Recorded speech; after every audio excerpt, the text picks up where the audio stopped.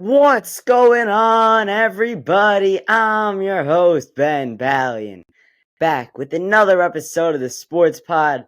Today is parts 34 and 35 of the 82-part series where I am recapping every single Knicks game from this regular season. Knicks took a couple dubs. They're now 3-0 in the OG Anunoby era. The new look Knicks just rocked the Wells Fargo Center and won by 36 against the Sixers in the best game of the season. I'll talk about it all on the other side of the intro.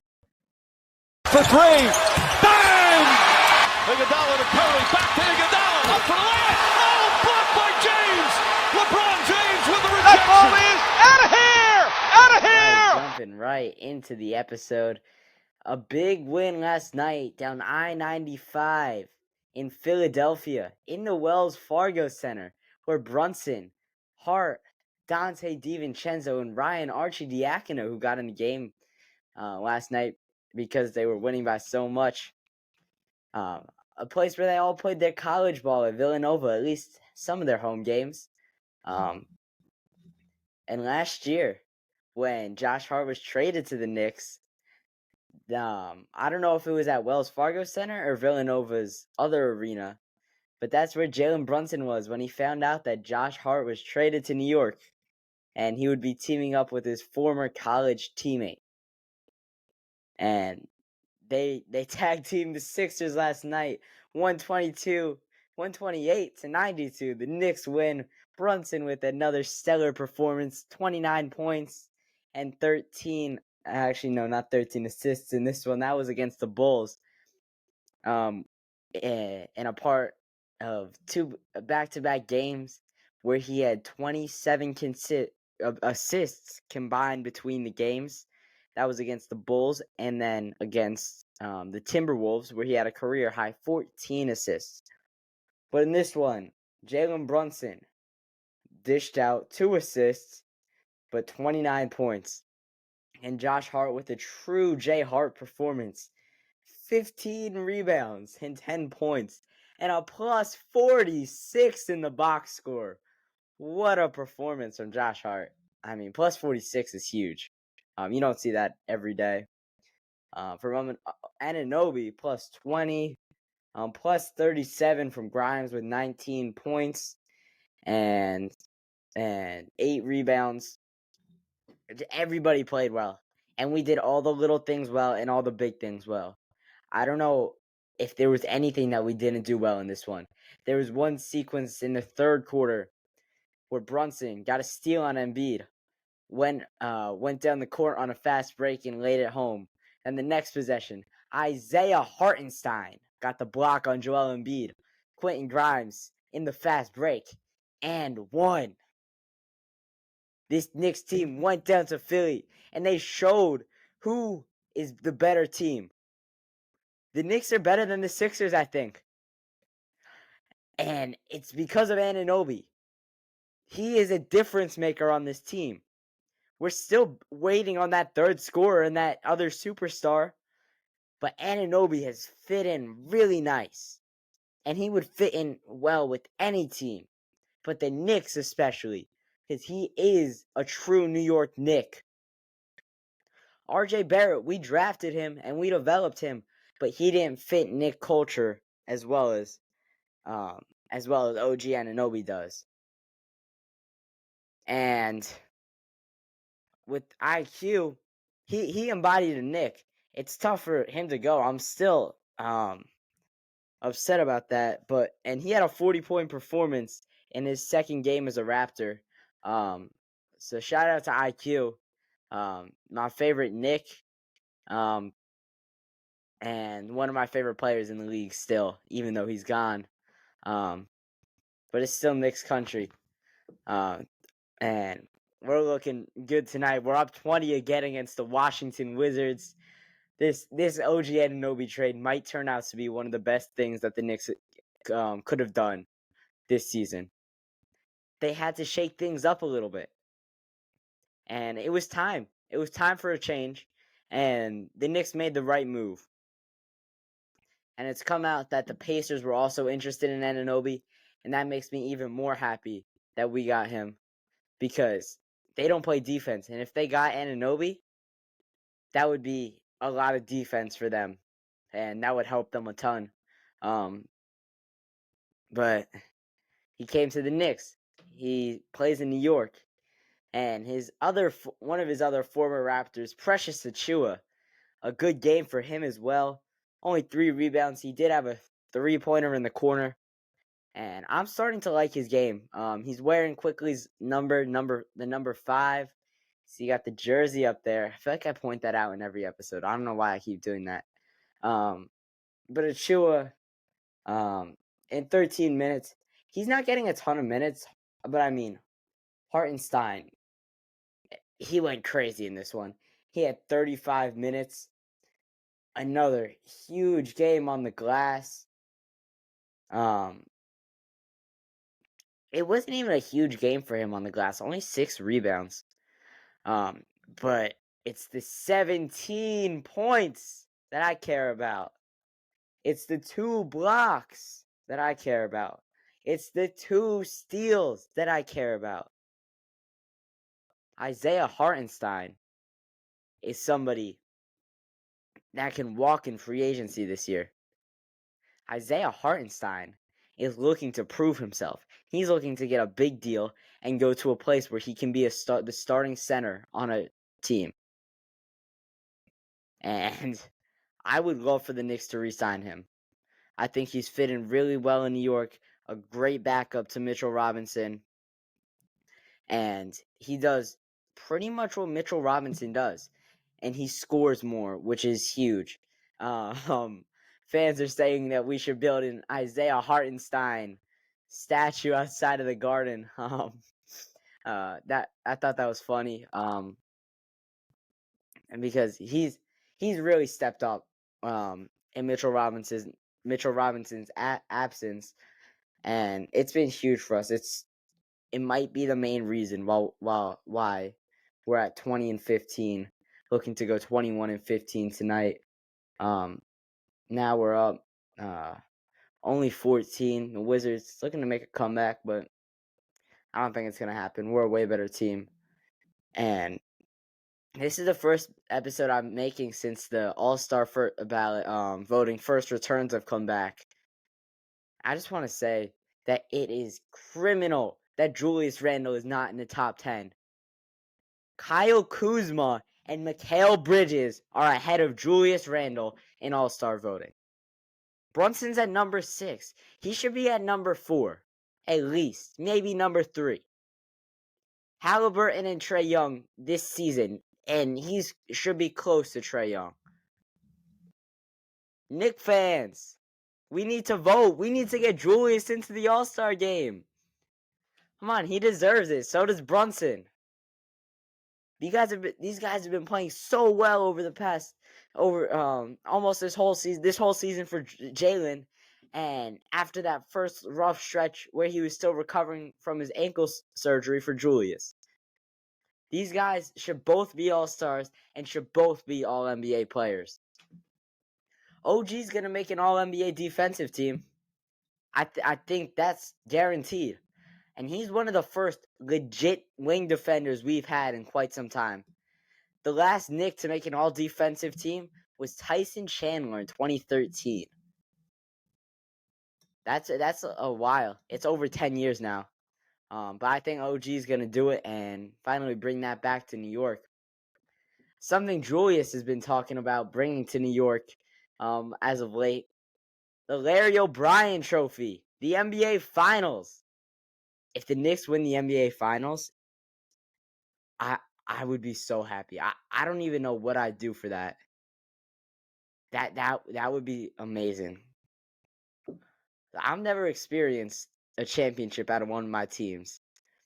Like, I'm a Knicks fan, I'm a Mets fan, and the Giants, I guess, but I was too young to remember that. Like, the Knicks and Mets have stunk my whole life. Except for 2021 when they had the 101 win season and then got knocked off in the playoffs or in the wild card round. The one year they did have success, 2015, I was at the World Series Game 4 Um, but even then, I was really young. I remember it, but we haven't had none of my teams have had that much success in my lifetime. Is the point I'm trying to make. And if the Knicks win a NBA Finals, the Knicks are my favorite team overall.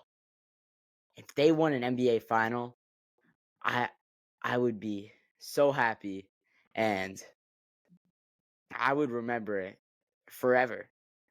I would probably be at the parade. Even if I did have school, I would hopefully skip school. Because that would be like the way it's going. Like that would be once in a lifetime for me. Um, but just getting back to these games, Knicks improved to 20-15, with both these wins, and Randall in this one, he didn't play extremely well in the Sixer game. He had an off night. It's gonna happen. You can't be on every night. I've talked about this. Because Brunson had them. Everybody's had them. He had 8 points on 1 of 11 from the field. Still found a way to be a plus 13, 7 rebounds, and 5 assists. And this is what Randall's doing this year. He's recognizing that some nights he's not going to be able to shoot as well as others. And then he's passing more. He's not being as selfish and not taking as many shots. And that's helped us a lot. Because when you look at those first 2 games, I think he had like 8 or 9 assists in the first one and then like 7 in that game against the Hawks,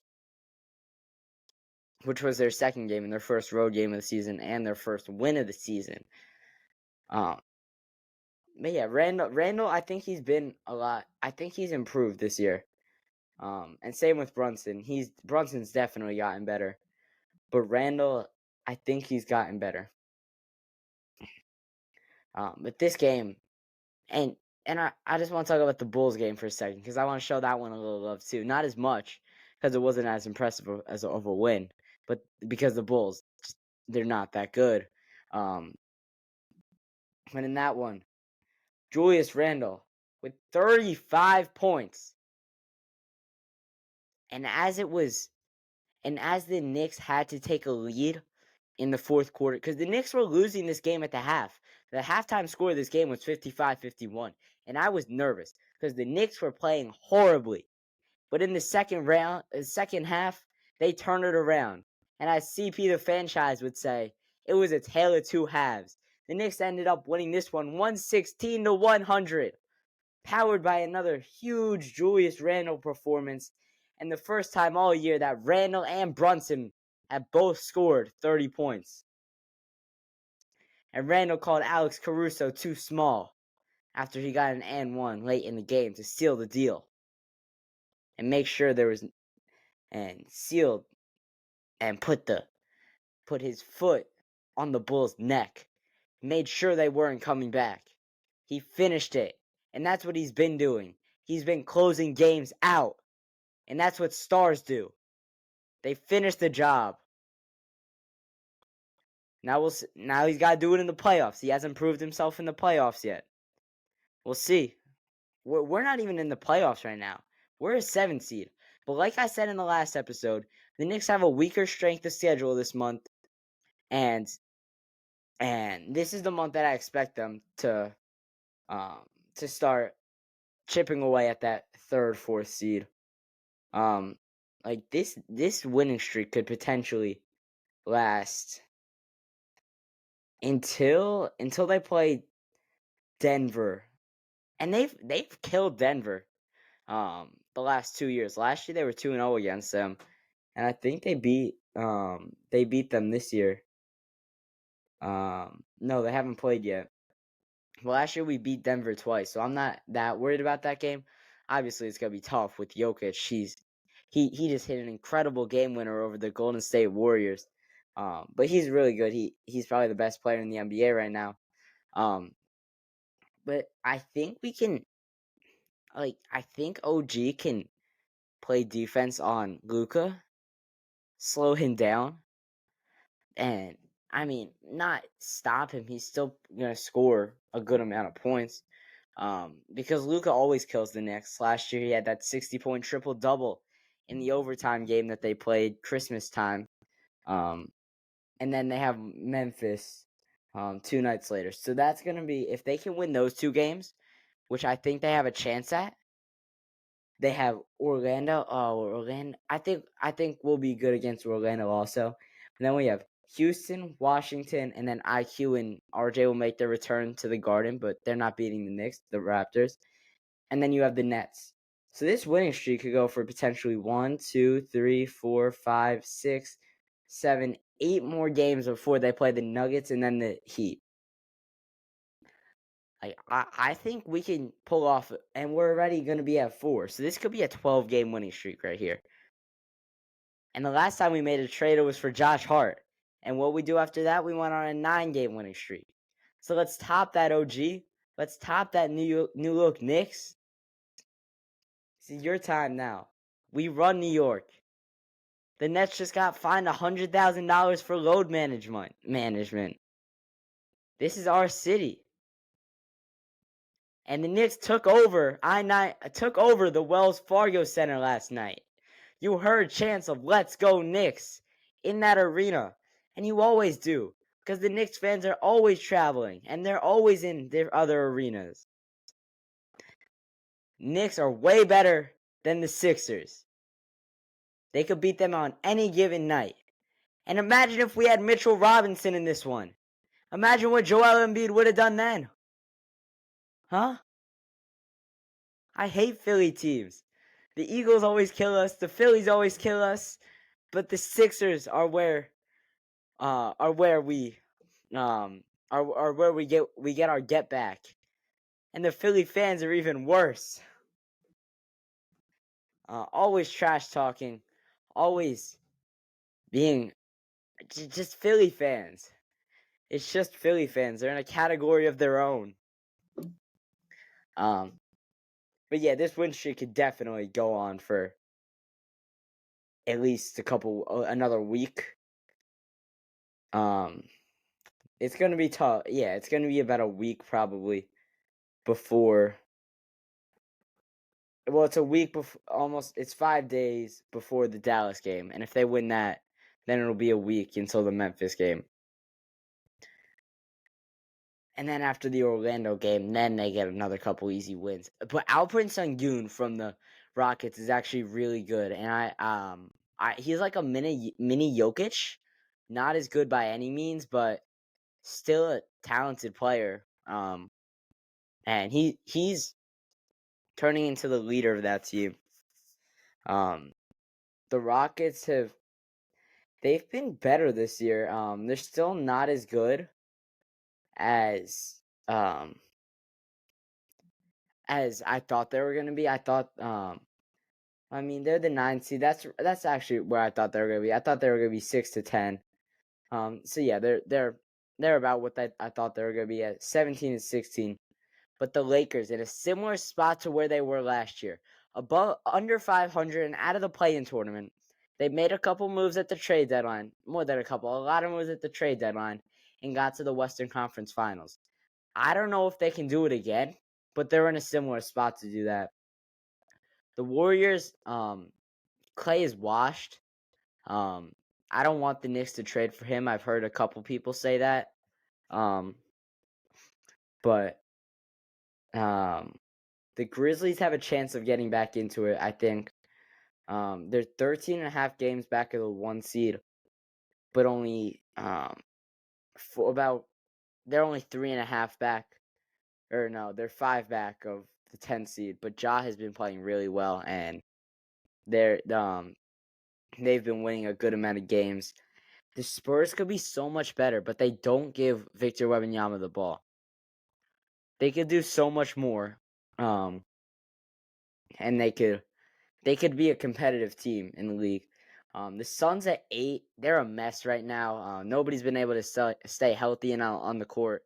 Mainly Bradley Beal, but KD missed a couple games, and he's playing really well. Devin Booker's been consistent. What we expect from him, and he's the one that I want the Knicks to trade for. I talked about that in the last episode. And then you got the Pelicans at 7. I don't know how. I don't expect them to do anything. The Mavs at 6, which doesn't surprise me. Luka and Kyrie have figured out how to play with each other and play off each other, um, which is good. The Kings at 5.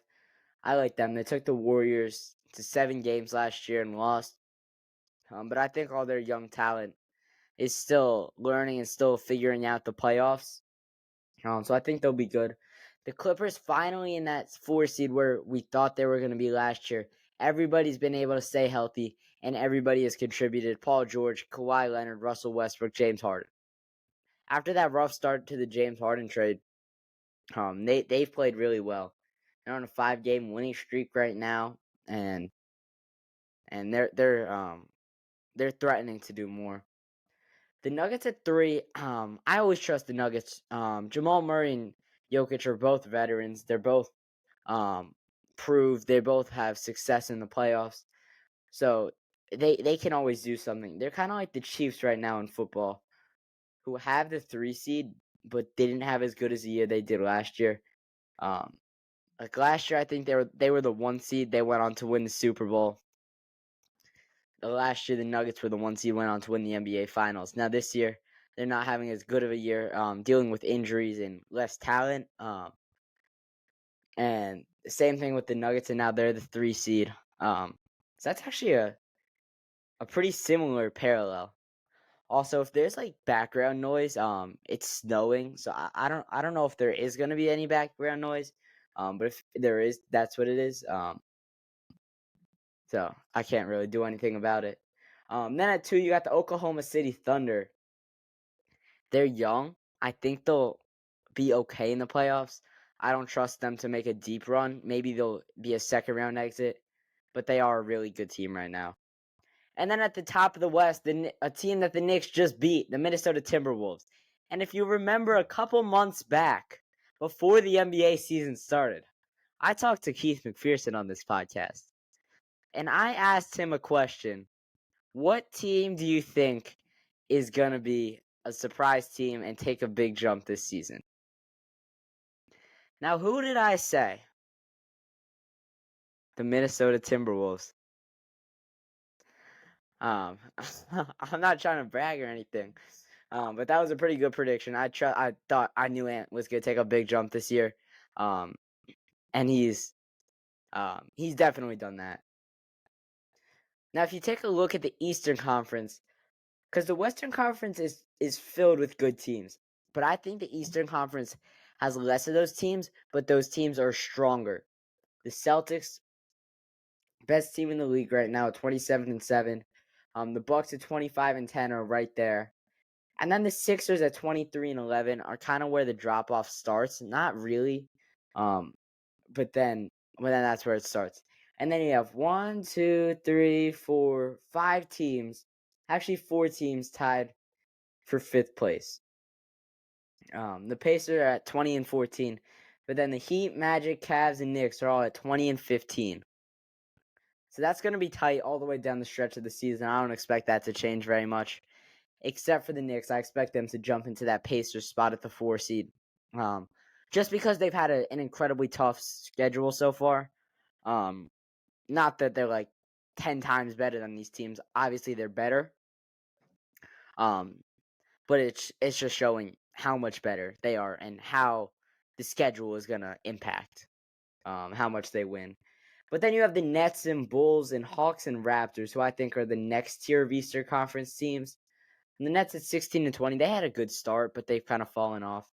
The Bulls, they're just not good. They don't have enough talent. Well, they do, but they don't know how to play with each other or win games. And then the Hawks, Trae Young has been playing really well, and Jalen Johnson, the last couple of nights, has had some posters of dunks. But they're at 16-20, 14-20, and they're not as good as most of the other teams. And the Raptors, this is another team I think can take a jump into the play-in tournament. Just got IQ and RJ. IQ had a 40-point game the other night. Shout out IQ. Again, but yeah, I think they could jump into the 10 seed.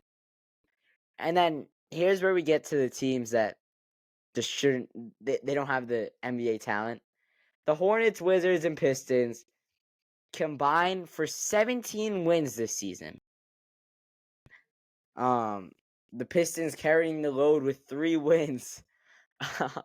um, no, the Hornets have 8, Wizards have 6, Pistons have 3. I'm not gonna spend too much time on that. So I think the Knicks will take a jump, maybe to the 4-3, but it's gonna be Celtics. Celtics at the 1, Bucks at the 2, and then Knicks, Sixers, Pacers 4, 5, 6. I don't know the order yet. But that's gonna do it for this episode. I'm your host Ben Ballion, and this was the Sports Pod.